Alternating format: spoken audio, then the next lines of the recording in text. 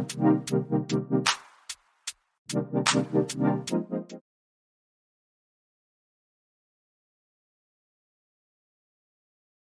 going on, everybody, and welcome to the Other Side of the Firewall podcast. We talk the latest and greatest of cybersecurity news, as well as we highlight those movers and shakers and glass ceiling breakers, those people of color who've made it to the other side of the proverbial firewall. My name is Ryan Williams, and as always, I'm joined by Shannon Tynes. What's up? What's up? What's going on? So welcome to, this will probably be episode 6 of season 4, so I think I'm still, it doesn't matter. It's like, whose line is it anyway? Like, the points don't matter. Another amazing week of the podcast, so thank you for tuning in. You can catch us on Mondays. We have one show that goes out on all the podcast platforms of your choice, as well as on Tuesdays. We're on 99.1 FM in the Atlanta metro area at 5 p.m. Also, we simulcast on the TuneIn app. And then throughout the month, we're on Channel 10 in the DC Fairfax public access. So you can find us in multiple places. And then everything is anchored at ramcyber.io, where you can find the services that RAM provides, the podcast, as well as the book, The Other Side of the Firewall, or you can go to theothersideofthefirewall.com. But with all that out of the way, Shannon, I give it to you.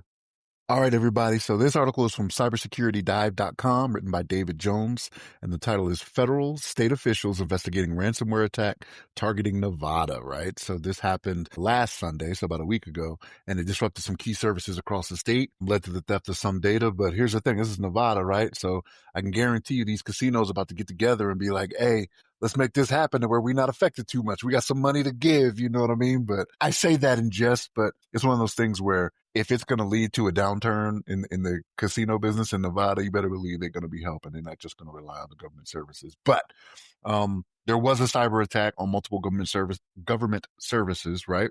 To include the phone system, state agency websites, things of that nature. But the state of Nevada is not able to actually, as of right now, determine what information was taken. We never know how it's going to be used in the future, right? It's one of those things where they get the information and then it's like, okay, the second and third order effects are phishing and things of that nature where it always lives on, right?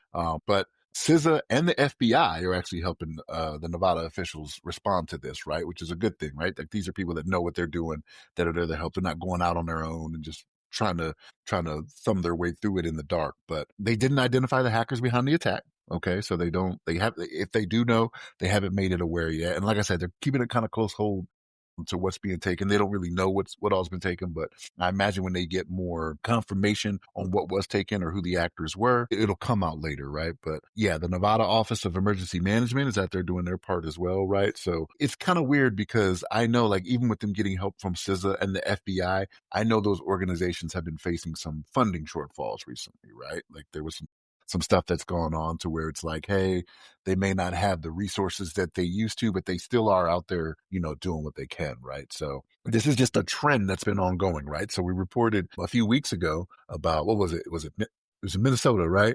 Yeah, where the National Guard came in. Yeah, the Minnesota where the National Guard came into St. Paul, I think it was the city.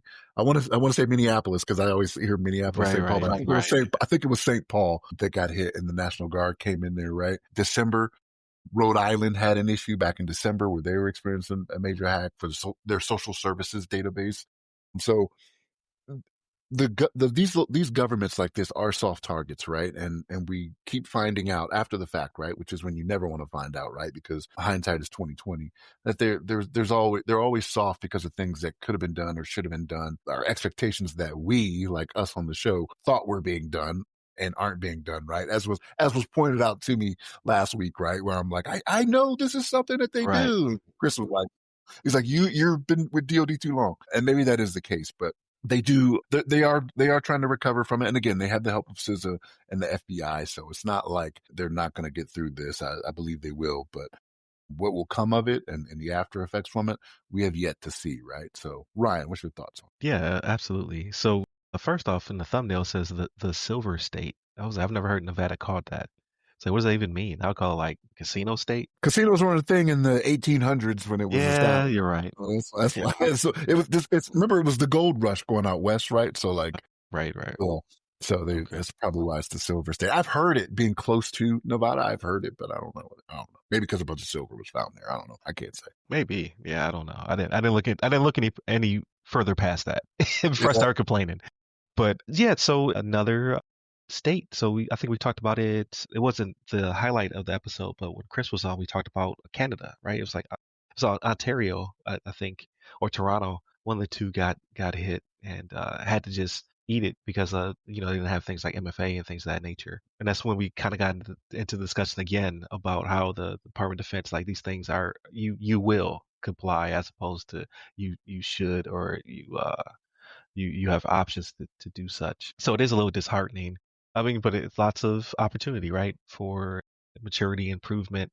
It keeps us employed out here in the civilian sector, but it's also lots of like that's the same thing the bad guys are saying. It's lots of opportunity out here to make a quick buck. So after reading a little bit of this article, I got kind of frustrated, and I did type in. I was like, cybersecurity funding. I forget how I worded it, but it was like basically I was like, how are states and cities, protecting themselves? Because I would think that over time, right? Because again, Department of Defense is my first mindset, but you would think that there would be a blanket put over them, like, hey, listen, this is how we're going to do things. We're going to migrate you to the cloud. We're going to do FedRAMP type stuff, which there is state ramp and things of that nature. Texas is doing a big push for that because you have a little bit more rigor and say so when it comes to state and local government, right? Like it's not as wild, wild west as the private sector.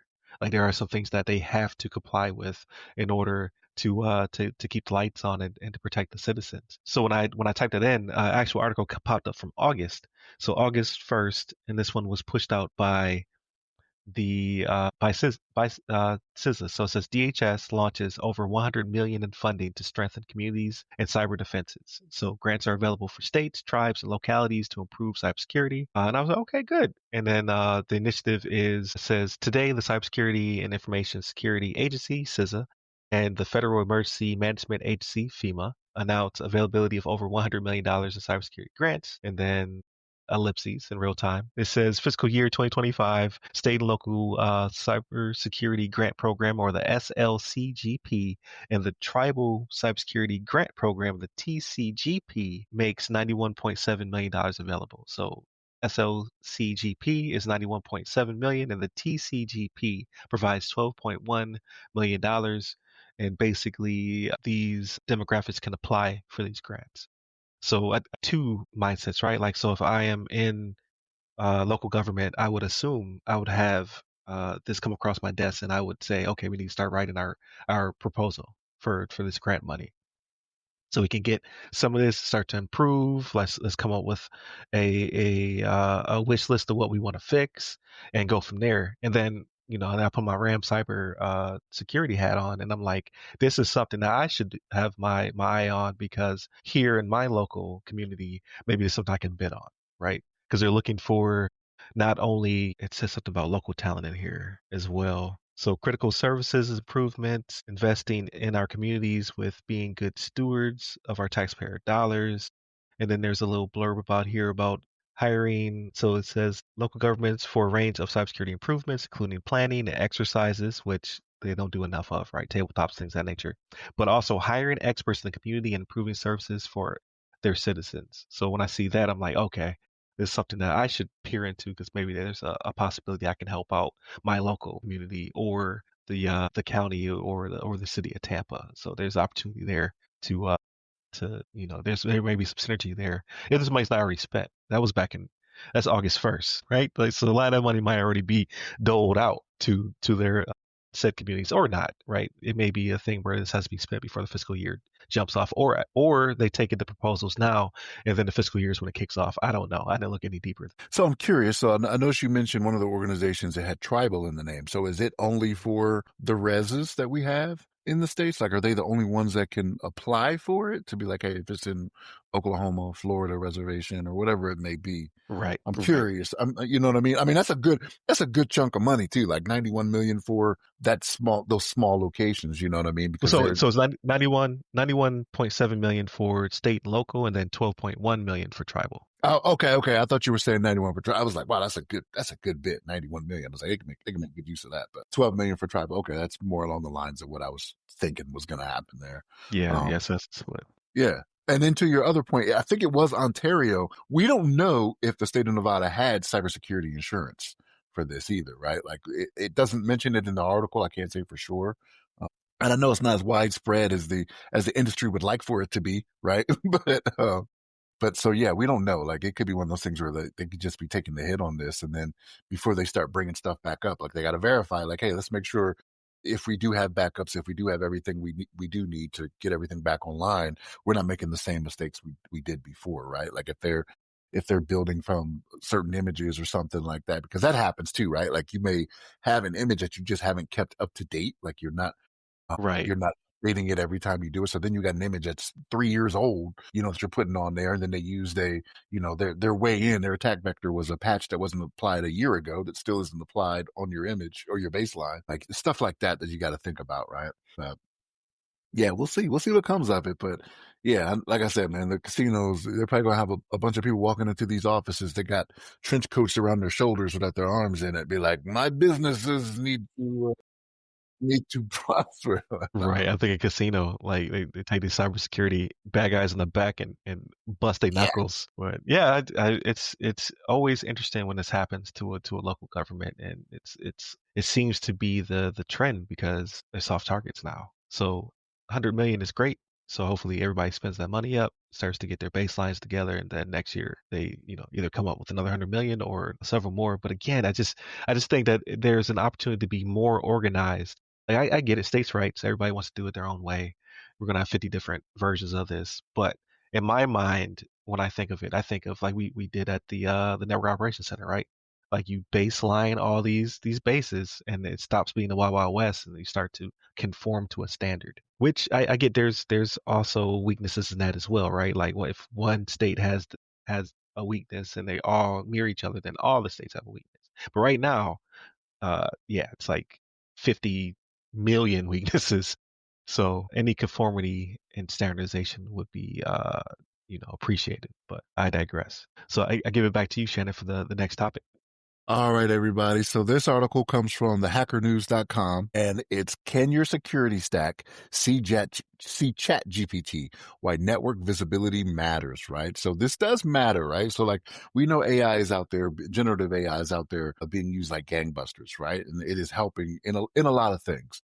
But what needs to be taken into consideration, right, is that there's no type of data loss prevention, no type of DLP or anything like that makes it to where whatever you may be doing with generative AI is actually being logged, audited, monitored, right? And that can be a problem, right? So it's one of those things where like even the DoD has jumped on board, right? Like they have their own AI that you can use and whatnot. And I have seen used, you know what I mean? And it helps tremendously. But if for whatever reason you're using this AI, like say if you are an insider threat, right? A malicious insider threat, because your insider threat doesn't necessarily mean you're being malicious. You can be an accidental insider threat by not doing what you're supposed to. But if you're a malicious insider threat, you can upload different types of files and things like that into these AI instances, and they're not being logged, monitored. Nobody knows what's going on, and it can happen behind the scenes, right? So we don't want to necessarily make it to where people are using this as a way to get around rules and security and things of that nature, right? So they talk more in this article about doing real-time notifications when certain things pop up. If you access a Gen AI endpoint, get alerts generated to you. Have a DLP policy, right? Data loss prevention policy, so that people aren't sneaking stuff out. You know what I mean? Which we have, at least in DoD, right? I'm not going to say it's something that's used across the board, but we have these different types of things, right? There's different considerations to make, right? So yeah, man, it's more along the lines of, yes, AI, we know it's here, we know it's in use, but how are we going to make sure there is nothing going on that can lead to it being more nefarious than it needs to be, right? Or just if you're uploading something that may be risky, like if someone is uploading something that may be a virus or something like that, like it's not going through the checks and balances to make sure that gets caught and blocked. You know what I mean? Because that's what you have your host-based security systems and your network-based security systems. That's what they're there to do. But they talk about how you can kind of get around it a little bit. Not how you can get around it, but how it's not taken into consideration as much because everybody is getting on the AI bandwagon, right? And trying to use it to make things more efficient for them, right? So they talk in the article weighing options for what works best, right? doing real-time URL alerts, metadata only mode, file upload monitoring, like I was talking about, and just building overall comprehensive AI data protection is what they're talking about in here, right? So like the the technology to do it is out there, right? It's just a matter of what always comes into play when we talk about these articles, right? People not implementing those best practices, or maybe it could be a financial stray, right? It could be something to where financially, you have these companies are going to pay for these. They want you to pay for these services, right? So with AI being as new as it is, generative AI being as new as it is, they're gonna charge you a pretty penny more than likely, right? I haven't looked into it myself to see what it would be, but yeah, you got to use the network-based data loss prevention solutions that are out there, right? But Ryan, what's your thoughts on that? Yeah, I think this is very interesting and almost not quite, but almost old hat, as they would say, right? It's too late. Like if you have not come up with a strategy for AI within your business, your devs or your employees already implemented and using it incorrectly. It's just the way it is. Like everybody's just like, oh, it's available. It's like Google, so I'm gonna use it in the environment. You need to not be weary, right? Because people are like, oh, I'm scared and we're going to take a year to implement this. No, you have to be quick, right? You just need to first figure out if they're using it in your environment and then block it. Block it immediately because it should be a whitelist thing, right? It should be after you've figured out what's our acceptable use policy.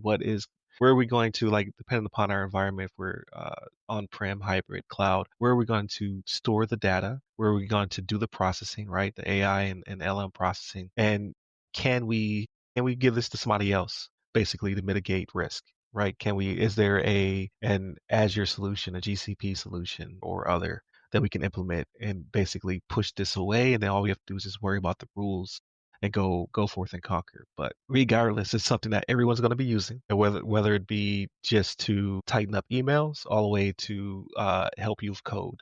If your business does anything to do with coding, prompting, scripting, any of those things, or it's in your environment to do such. So in some way, you're going to shape or form, you're going to be using this. So you can't just bury your head in the sand, but you also can't just let them go wild, wild west, because like you said, they're going to be exfiltrating data.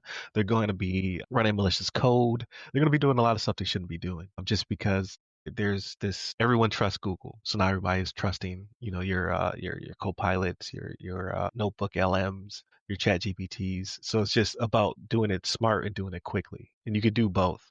You just have to do something. Like you can't just be paralyzed by this. So I'd say start with acceptable use policy, or start with a survey. Like honest conversation with your employees, your devs, whomever. Like, are you using this on our environment?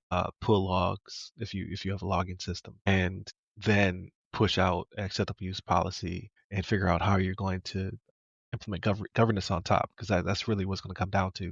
Because I you just have to be very careful, because again, data is gold, and these people are playing with systems that can still be easily tampered with. You can still trick GPT to push out information that it should not, and a lot of instances, right? So just doing it smart. So I dis excuse me, I disagree. I'm not AI. I'm coughing in my hand. Right, right. But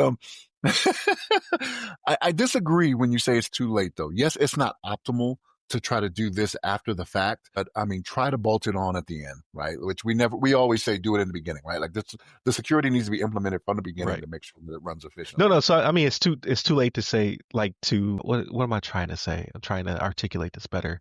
It's too late to start, like, oh, are we using this? Like, yes, you are. It's in your environment. Like those emails with all the dashes. Like, it could be that this person went to their English major, or most unlikely they're using AI in some capacity. So it's already in your environment. It's too late. Like, you have to do something. Okay. I thought you were saying it's too late to implement. I'm like, no. Let them No, bolt no, yeah. Yeah, my bad. But yeah, it's something that everyone is going to have to think about. Like there's no going back. It's like you say, there's no putting the genie back in the bottle. It is very helpful in pretty much all its capacities. It's not always, you always have to fact check. It's not always the smartest thing in the world. It will lie to you in order to not I want to say not let you down, even though it's not It's not thinking of that. Like it's just like it has a drive to give an answer, whether it has to make it up or not. So it's definitely we need to do more in its implementation. But the hard part is it's moving so fast. So it's like the Nvidia CEO. He's like we're cooked. We're too late to the game. We can't beat Nvidia. It wasn't Nvidia. It was IBM, wasn't it? IBM CEO. Intel. It was Intel. Oh, Yeah, Intel. yeah, Intel. yeah. That's Intel right. was like we're too late to the game because again, like it's the whole. In this case, people want to cut 10 times, measure once, and I get that, but their peers were not.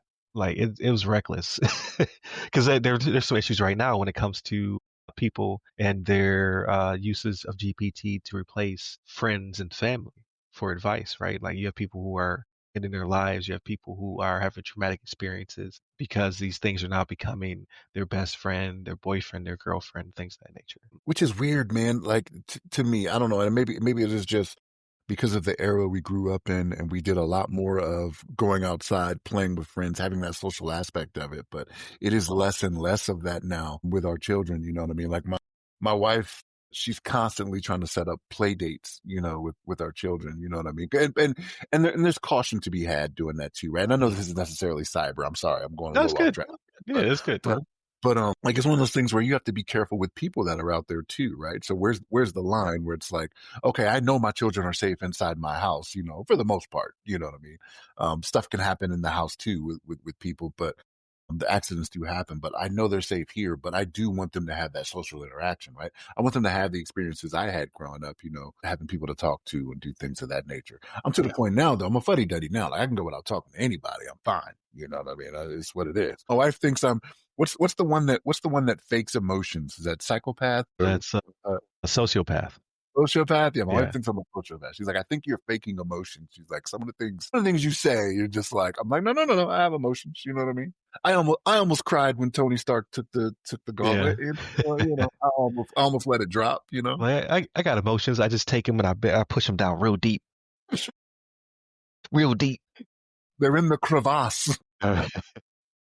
But no, I get it, man. Like because like even before AI, like if you think about it, even before AI, like I remember seeing stories about people that were like marrying holograms and things of that nature. It was something where they were not having the relationship with real people, and this only makes it easier to do so by how real it seems. You know what I'm saying? Like, it's crazy. It's weird. Hey, like I hate to say it, but it's the future, man. Like it's just like it's always been a thing where people are getting more and more like just the birth of the internet, right? So then our relationships went from being like you have to come to my house uh to meet and greet to I can meet people, anywhere in the world, which was cool. And then obviously human beings are always going to take the worst path. And now it went from that to isolation where my friends are only halfway across the world to now my friends are not real people. And that was exasperated by COVID, right? With the people getting locked down and things of that nature. Again, I like my personal feeling was I think it was necessary to a certain extent because people drop like flies, but it's just been exasperated. And I can see that my own kids, right? Like my daughter's senior year of high school was during COVID. My youngest, his kindergarten was during COVID, and it kind of changed them a little bit when it comes to the social aspects. And, like my daughter now, she lives on campus to be more connected, to have that social dynamic in her sophomore year of college. And our youngest, we take him to, Code Ninjas to hang out with the kids, and he just joined student council. So there is that, change that's taking place. Well, hopefully they get, back to some sense of normalcy in quotation marks, but you have people now, like again, like they're so trusting AI that it's causing them to take their own lives and things of that nature. So I just don't see again putting the genie back in the bottle. I think these models will just become more and more human like, and people who don't necessarily want to associate or don't trust people or don't want to be hurt will go that route instead. Or there's a doctor. What's the doctor from Horizon? Elizabeth, Oh whatever her yeah, name oh is. yeah, yeah. Or it'd be one of those situations, right, where it just reset everything. You know what I mean? Like, that might happen. That we're all living like we're back in the in the Yeah, Stone Age. when the EMPs go off, right? Set us back to the Stone Age.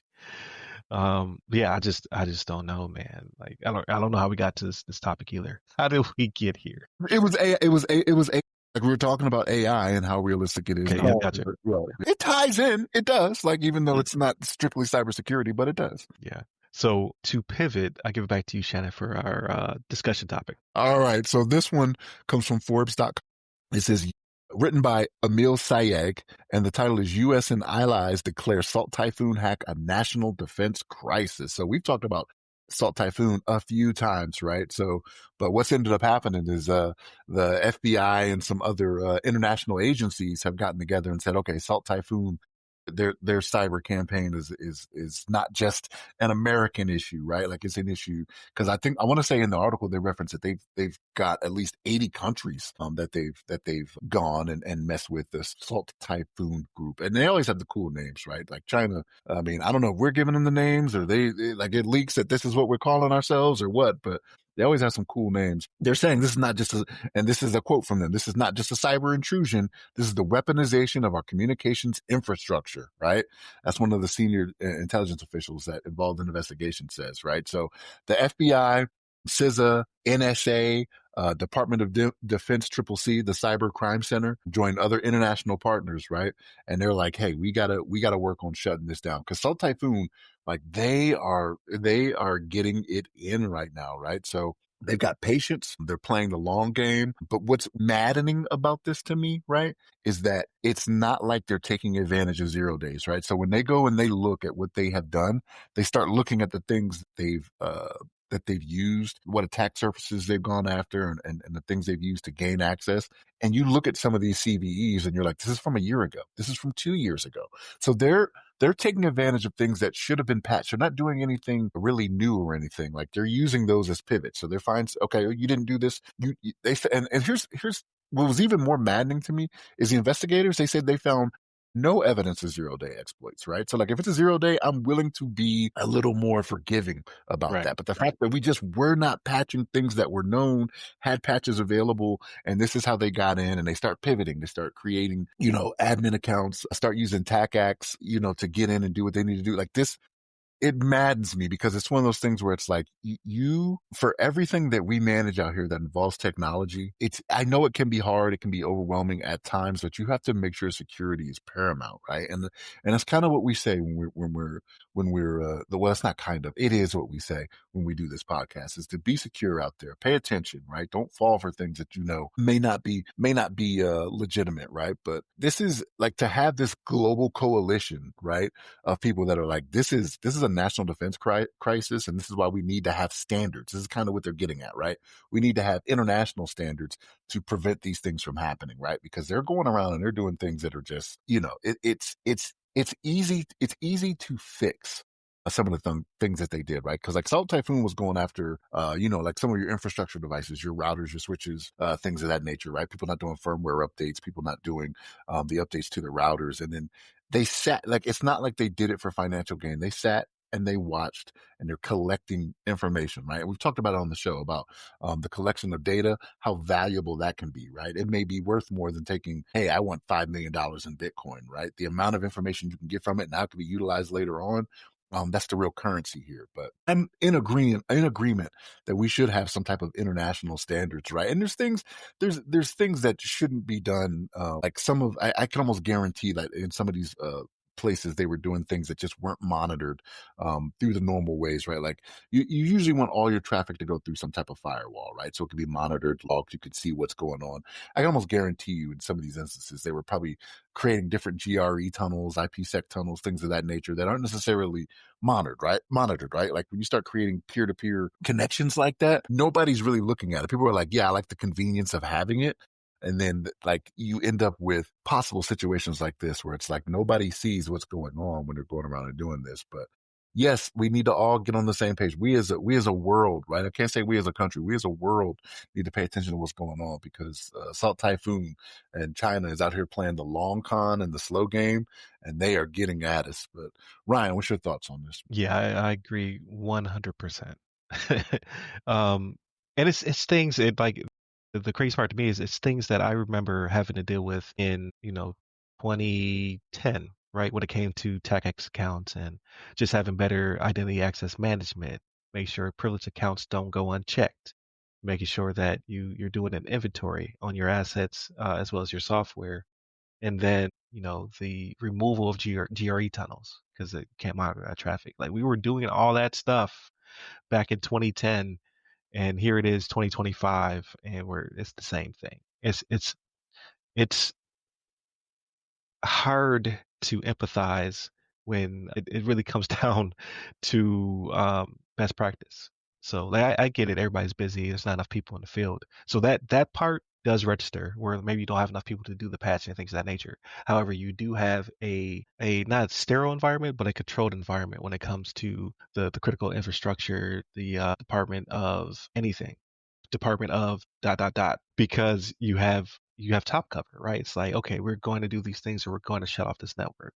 Or we can't shut off this network, then heads will roll. Because at some point there has to be accountability. And I give a little bit more leeway to the mom and pops and the private sector because your bottom line is different, right? You're beholden to shareholders and your tight budgets and things of that nature. But when it comes to critical infrastructure, Department of Defense, Department of anything, you get less empathy because you have the ability to say you will do. Like so you will do these patches. Say, well, you push back and say, well, we can't do these patches because we can't take the system down. Then you will put together ASI, you will inform all of your, clients, customers, whatever you want to call them, and you will let them know that this is when we will go down to do this patching. Like you have a lot more leeway than the private sector has. Just, you know, full stop, bar none. So to see a CVE from a year or two ago be exploited in this manner is very frustrating. I think the only thing that you can no the only saving grace is that you can say we don't have enough manning to make it happen. And in that case, budgets need to increase if it's due to manning and resources. But if it's just due to scheduling, if it's just due to, identifying your primary responsibilities, then this cannot stand. Like you have the ability to say you will do, and that part I do not understand. It's that DoD mentality, right? Like you're gonna do it, but there's no guarantee. Like because like they're taking advantage of telecommunications companies that don't necessarily have those same guidelines we did in the DoD, right? Like so, I mean, Verizon is only going to do so much, right? Like, yeah, we're not worried about doing these patches for this, right? Like the iPhone 17 is about to drop. So that's what we're worried about. We're worried about sales right now than we are, doing Right. patching. It's funny that you bring up Verizon because isn't Verizon the what's called it? Aren't they the holders or the beholders of not CVEs? What is it? Oh, Thought it was MITRE. You're thinking of yeah. MITRE, right? No, Is it? Verizon. It's not HBSS. What is it? It's CVSS or something like that, right? Like they're the ones who came up with the methodology. I think it was Verizon. Oh, wow. Okay. I did Yeah. not know that. But obviously, just like any other big company, like they all don't point to the same nucleus, right? Like Sony Pictures and Sony Computer Entertainment and Sony, you know what I mean? Like there's divisions don't necessarily have to be beholden to, this niche pocket of whatever department or whomever is in charge of these things. But I believe it was Verizon that came up with the methodology. If that's true, you would think they wouldn't be in the news so much for some of the things that happen to them. You know what I mean? Like at that point, it's like, okay, if you came up with a way to do a vulnerability score or a scoring sheet on what things will be rated as, like there's no way you should be falling victim as often as you are. Like you should have this kind of on lock. And again, I'm not saying anything's 100%, but Verizon, like they've been taking some hits lately with some of the stuff that's been going on with them. So yeah, that's crazy to be the case there. You never know. Like it, it's one of those things where, yeah, that may have been what they did, 20 years ago or whatever, but times have changed. That's Yeah, not what's making the stock go up. You know what I mean? Like, yeah, they thought better of it, or maybe they had more of a sense of, they felt better when it came to cybersecurity and things of that nature, but not now, right? We need to worry about getting sales up. Are we still the number one cell carrier. carrier out there? Yeah, things of that nature. So who's in their commercials? Like who are they going to get to do the commercials? Those are the more important things to them now, right? More than Got likely. you. But no, I do agree that a global coalition does sound really good to create that standard. Again, it's a lot of you need whomever someone needs to be in charge, whether it be the U.S. or one of the other nations, to set the standard and push it out. Everybody will do X, Y, or Z to protect each other from this threat. Right, that defense and death mentality should be invoked. My only thing is it's I it gets frustrating because of red tape. Again, Yes. yeah, you will do, and it's always like as long as you're failing forward and you're pushing the ball forward, that's also good. I could just see it hitting a snag right where the coalition. It's like the Justice League, right? Who's gonna pay for this, right? What was that skit? It was like it was like NATO or whomever, like the funding is run out, and then they look at Batman, like in the Wayne Foundation, Yeah. Yeah. handled it. He's like, I got it. So it really does come down to again money, resources, things of that nature. There's not enough practitioners in the field. I think it'll be more the red tape thing of what you brought up initially, right? Like it'll be, and maybe red tape may not be what I'm looking for, but it may be a difference in principles, right? So like the Americans may be like, hey, no, we're more worried about, our companies having the leeway to make money, capitalism, whatever, whatever. But if you go over to the EU, the countries in the EU, they're like, no, data privacy, very important. This is why we have these rules in place, right? That may not necessarily be something that's adopted in Australia, America, Italy, whatever it may be. Although is Italy in the EU, I don't know. I don't Yeah, know. But yeah, I think that is more along the lines. I think the money can be found. The money can be found. I don't think that's going to be an issue for the countries to do what they need to do, but it's going to be more the differences of principle, I think. yeah, no, I agree. So we'll definitely see how this evolves. But yeah, uh, Salt Typhoon is eating our lunch, especially with the lateral movement, the collection. It's always scarier when they're not disrupting, right? Because when you see someone do, whether it be kinetic effects or whatever through cyber, you know what they're wanting to do. They either want money or they want to do disruption and things of that nature. But when they just sit and wait, that makes you a little nervous. Like, are they just going to shut us all down? They've been sitting there collecting, right? So like for anything that you may have communicated on the network to where they were just sitting and watching, like, okay, well, we know what the defense will be. So now we create our TTPs and we create our attacks based off what we know what we know you're going to do, right? Yeah, So I think AI just exasperates the worry, not necessarily AI being used to do the red teaming, but AI being used to parse through the data because there's so much data. So you're always like, oh, well, they're overwhelmed. Like, where are they going to look? Like, is this more important? Is that more important? But with the proliferation of AI and LM, it's like, no, we can look at everything. And then we can aggregate all this data. We can infer from this data, right? Like all this unclassified stuff now can be, used to see classified data that was never meant to be seen. So it's super scary. So I don't know, people. Be on the lookout. Call your congressperson. But I digress. So moving forward, Shannon, how was your week? that's pretty good, man. I have no real complaints. I will say, and I kind of mentioned this to you last night. I watched the Superman movie again because I keep seeing the reviews where people are like, "Oh, it's so great, it's good." Even you were like, "Yeah, this is an 8 out of 10." Like, and you're not a Superman fan at all, so I'm like, "Okay, it's got to be on point." So you saw that at home? You rented Yeah, it? yeah, Oh, okay. yeah, yeah. I bought it actually through Amazon. I think it was Okay. Amazon. Gotcha. Bought it when it became available. I don't think this has ever happened. I think I liked it less the second time I watched it. I don't know why. And it fell apart. I, I don't know why. Like I think I just paid more attention to certain things, and I'm like, I like that even less. Like, and I was talking to one of my coworkers, and he brought up something that I was like, yeah, they did kind of do that. Like the Kents, they made them out to be buffoons in this movie, man. Like it's like You felt that's that way? not It felt more like salt of the earth type no, people. no. They made them out to be really, No, Kevin really. Costner. Yeah, for sure. Right? He They're not was one. like he looks like a regular dude that would be, on a farm and found a baby. But it's the stuff that it's the way they act and whatnot. Like so, like the scene because I just watched it. Right, the scene where they're talking to him after he writes his article. You know what I mean? He gets on the front page. Like his mom is like over the table on the phone. The cell phone's on the table, and she's doing the speakerphone, and she's like talking into it, like looking like how they try to make people look dumb when they're just like screaming into a phone or Yeah, like I don't know you if they have make it it up look to that. dumb though. I've They seen some made of it. this. They kind of Made them made look them. personable. I don't think so. I don't think so. But I've only watched it one time. I was awed amazed. He pulled the wool over my eyes. But again, like you're probably going to still feel the same though, right? Like because of some of the stuff and like some of the dialogue in it, I was like, that's a little. like I realize Gunn is a little hokey at times, but it seems like he is over explaining some things. Like if you have to over explain what is going on in some movies, it's like, is it really worth it? Why can't you get the point across differently? You know what I mean? I'm willing to give him another shot, right? Because like Guardians of the Galaxy, that is a good series, right?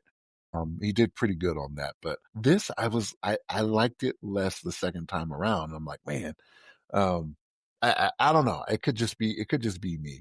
I Yeah, I don't got know. so I will definitely when it because I've been trying to rewatch a lot of stuff just because it seems to be I don't know if it's because of COVID or whatever, but it seems to be like a lot of gaps. Like there used to be like movie after movie after movie, and it's starting to slow down. So I just been like, oh, what do I want to revisit? So I might revisit that one. I mean, I will tell you, don't pay for it. Like, wait for it to stream Yeah, I'm wherever waiting it's for the string. Yeah, streaming. yeah, Like, yeah. it's gonna be HBO Max, right? That's Warner. Or Yes. no, yeah. HBO Max, right? Yeah, Warner and DC. But yeah, I don't know, man. I liked it less, and I'm like, I don't know. But neither here nor there. It's whatever. It's making its money. It's made its money, whatever it may be. I got another $30 out of me, right? So for me to Right. buy or 25, whatever I paid. What else did I do? So Madden, the new Madden. I gotta say, there's still some things that are frustrating, but it's definitely better than last year. But here's my fear. Here's my fear, right? As the year goes on and they start patching, they're going to Right. start reverting back to this old stuff that I'm like, okay, we back to super jumping for interceptions again? Like, is this what we're doing? Like people not even turned around and then they turn around and super jump and catch an interception? Is this what I'm going to start seeing? There are some things in it I'm just like some of the training camp games, I'm like, how is this supposed to work? Like, I don't understand what we're trying to do here. And I'm reading the instructions. I know how it's supposed to do it, but one of the things I really like is like you can choose your celebrations now, and it's not just four. So I know you didn't play a lot of last year's game, but like whenever you scored, you would just do the right stick and you could just do like four different things, and it was kind of automatic on what it did. This one, it has a celebrations list, so like you can look at it. And it's like a fight list. Like if you do L2 right stick right, it's this Oh one. If you do wow. L2 right stick up, So it's it's like a this. mini game. Yeah. Yeah, it's crazy. So like if you look at the celebrations, like when you score, or if you do, let's see, first downs, there's less interceptions, there's less. Um, they don't let you do them on sacks either, though. Sacks, they just do whatever they're gonna do. But like the touchdown celebrations, I do like that they have the selections that they do, and like they got some good stuff in there, man. Like you could do the gritty, like you dance and do the gritty, Right. do the audience salute. What's the other one? The headstand that Oh yeah, I was gonna St. say it's the Brown. headstand in there. Yeah. I'd won. There was a funny movie. I can't remember what it was, but they did the river dance after the touchdown. Like they were making fun of how uh, uh, NFL celebrations have gotten ridiculous. So when the dude scored, the whole team lined up on the end zone. They started doing the river dance together. Was that the replacements? It wasn't the replacements. I remember it being like in a movie, just randomly it popped up, and I was like, "This is hilarious." But that was like early 2000s. I want that. I'll pay Yeah. for that DLC. Like some stuff you can do with teammates though. Like the celebrations will have teammates with them. Like almost every sack, it's almost your teammates will come up and they'll do the Fresh Prince dance with the Okay, yeah. Tonto.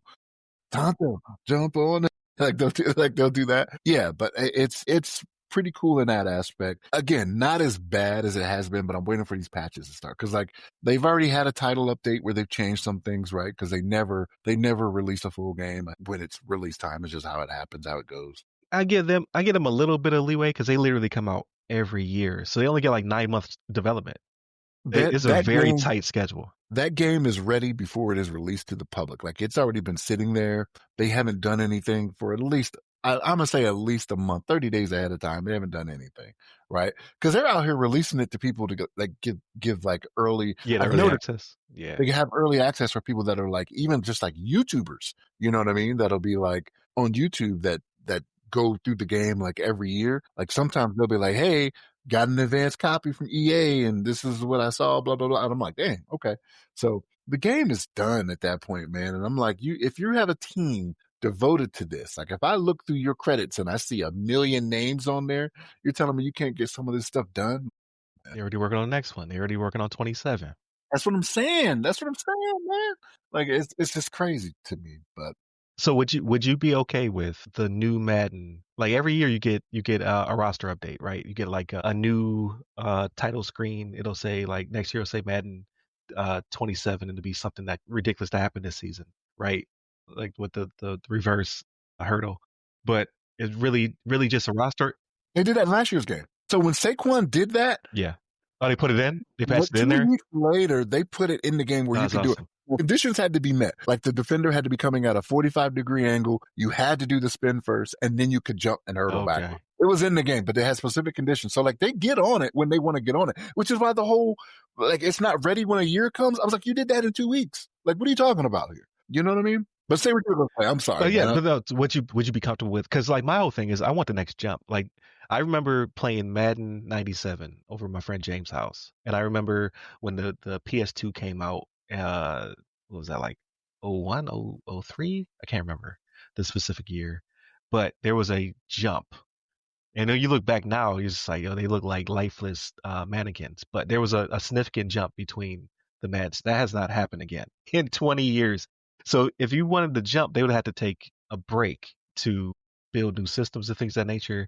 It would disrupt the cadence, but they could just do a roster update. Would you be comfortable with roster updates to get bigger improvements? Because I'm tired of what Madden looks like. I'm just like, this looks like the same game for 20 years ago. If I'm being honest, I don't know how much better they can make it happen, right? So if you think about what is going on in that game, there are 22 different actions that are happening at the same time.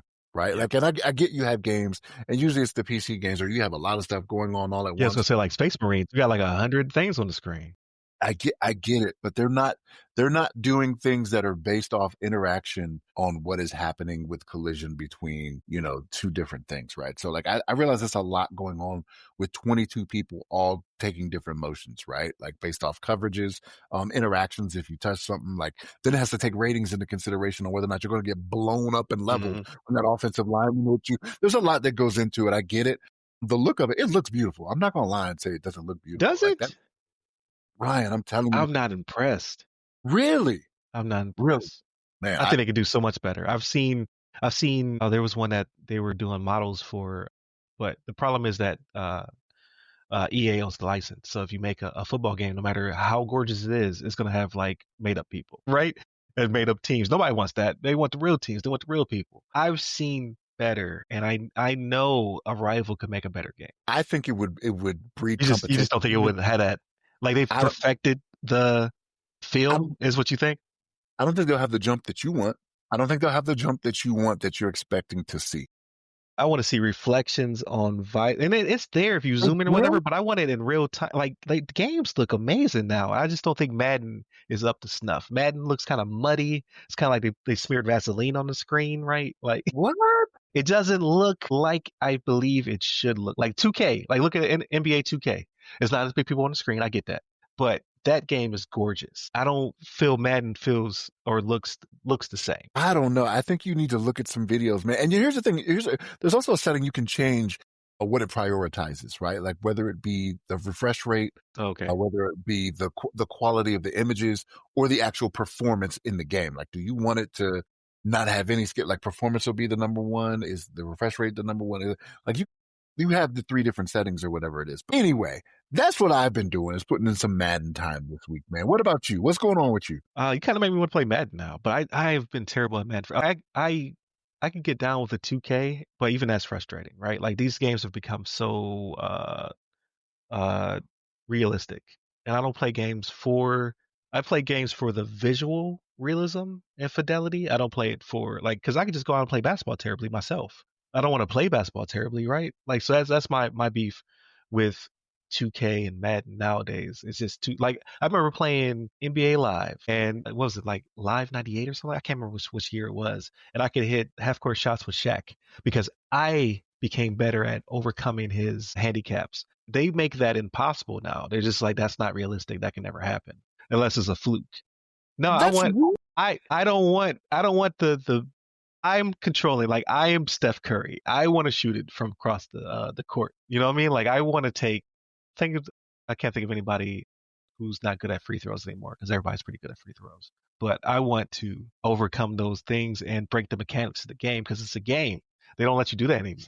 And that's super frustrating. So that's my hot take. I know people are upset. They're like, no, I want the realism. Like, nah, not me. I want to play Tiger Woods golf and 18 hole in ones. just because I'm that good at playing this game, right? I've broken. I'm in the Matrix now, is what I want, like back in the day. So if that's the point, like you don't need any type of ratings or anything like that. You just need to, okay, show me what the hitting mechanic is, show me what the throwing mechanic, the shooting mechanic is.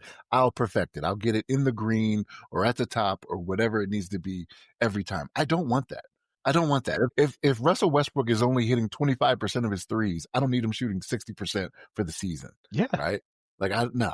yeah, because it's me. It's me. I'm so good at this, but I don't know. Like that was and you could tell by the games I play. I don't play anything that's ultra realistic, right? I play a lot of action and adventure and RPGs, right? I'm like watching numbers fly out of people's chests and shooting games and things of that nature, right? So and even shooting games are getting like hyper realistic.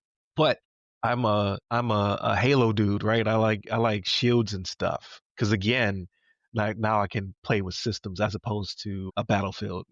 Like you shoot me, I just drop dead like in real life.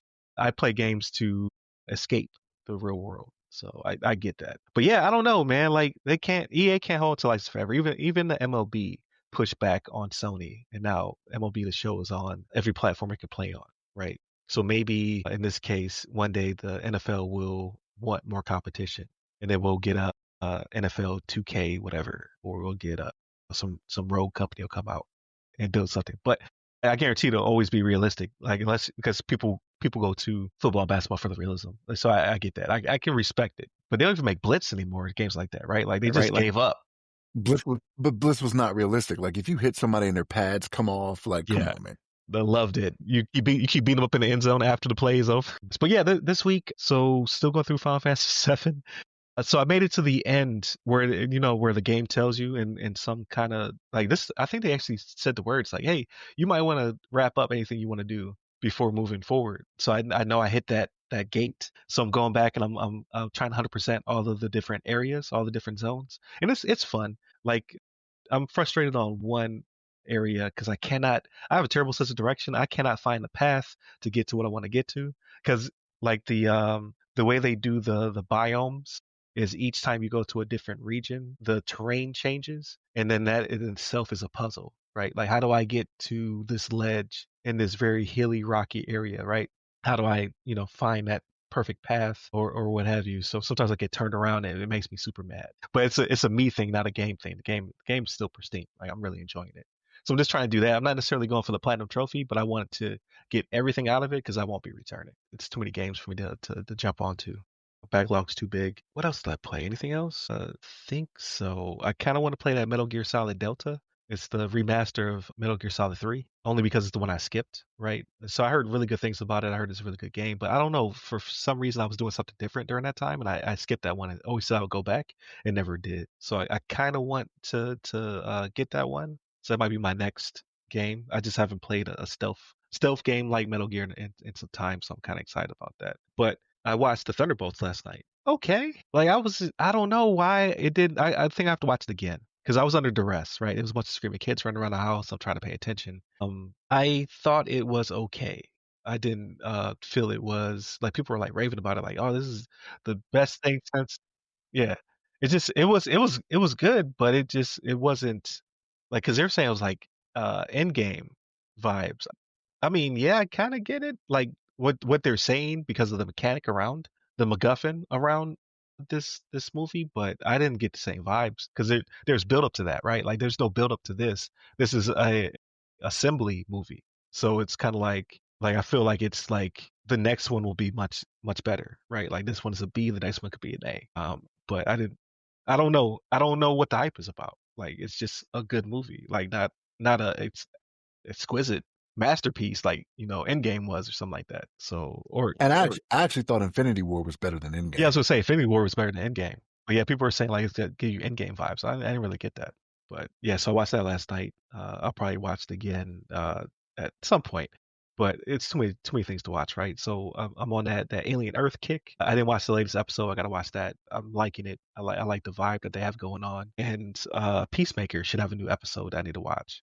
That first episode, like, yeah, if you got kids, don't let them watch that by themselves. Don't let them watch it, period. But don't be like, oh, you watch the Peacemaker and think it's like the Superman movie. Oh, Superman is rated like in the new gun Superman will be rated G in this case, and the new Peacemaker will be rated X. It was wild. I was like, yo, this is on TV. So be Hey, careful.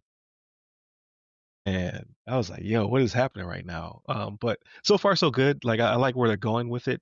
Jesse is always a good time. Like the dude's funny, even though I acting wise, I think he's okay. I think he's growing into it, right? But physical comedy wise, he's a fun time. Like he's always doing something real dumb and breaking stuff real good. So I enjoy that from John Cena. But that's it for me, man. And then oh, I was on a live stream. So I was on a live stream, had an amazing time. We talked for about 45 minutes, um, just about my military transition because it was for an audience of people trying to break into IT, cybersecurity who are transitioning from the military. So it was like perfect audience. And I'm telling you, like this guy Aaron, he has some really good questions. I was like, man, I gotta get on your level when it comes to hosting. But it's only my second time being on someone else's podcast. Oh, it's so great. Like not having to think, just answer, right? His name was Aaron Martin, and it's My Computer Career. I was a live stream. If you go to my, I'm not sure if they put it on YouTube yet, but if you go to my LinkedIn page, it's there. So like once you do a live stream, with the link that's like, hey, you should attend this, becomes the link to the pre-recording. So definitely check that out. I think he asked me some amazing questions, and I gave some good answers. So I think it definitely helped people out.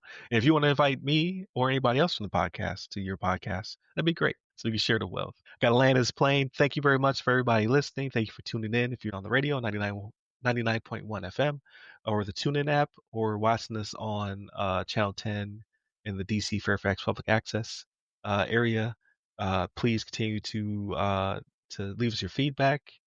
Hit up the website, ramcyber.io, where you can get to all of our stuff. If you want to purchase the book, go to theothersideofthefirewall.com and do so. Or if you want to reach out to me for services and things of that nature, you can hit me up personally. I'm at RY Security Guy. That's RY Security Guy. You can find me primary on LinkedIn. So stay safe, stay secure.